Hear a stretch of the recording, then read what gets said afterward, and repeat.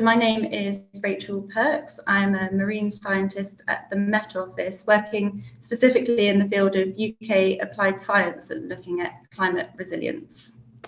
And I know you're familiar with the Humber. In broad terms, how does the Humber rate in terms of its, vulnerability to climate change? Yes, it's a really interesting area. I guess there's a few things that stand out for me when looking at the Humber and from the marine background as well. One is obviously sea level rise. It's quite a flat area, and you've got quite a significant estuary. So as the sea rises, that water is going to feed up the river, and the flood risk there could increase.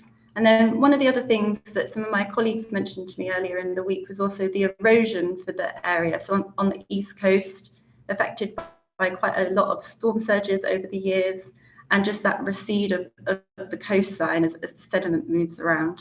Mm.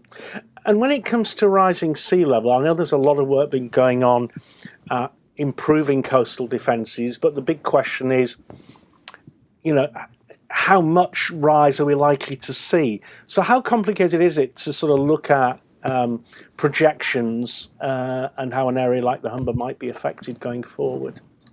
Yeah, so there's two ways to look at sea level projections. The first one is to sort of look at the global average.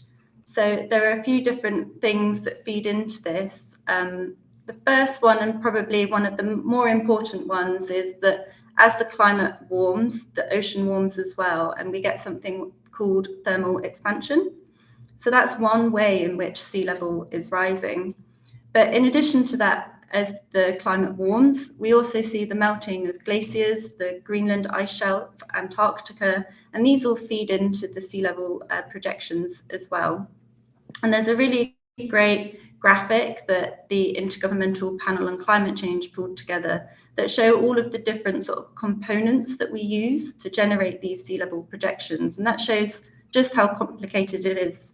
Sea level projections, as a general rule of thumb, are a really useful indicator for how our risks might change.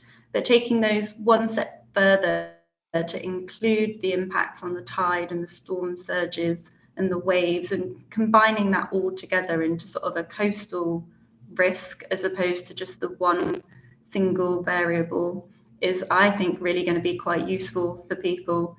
Talking about, say, a centimetre rise of sea level here or 10 centimetres there is not as useful as sort of saying our present day extreme sea level for, say, Immingham is around 4.9 metres if we look at a 1 in 100 year event, and how that's going to change into the future. So by the end of the century, that 4.9 could increase to 5.3 metres or 5.6 metres.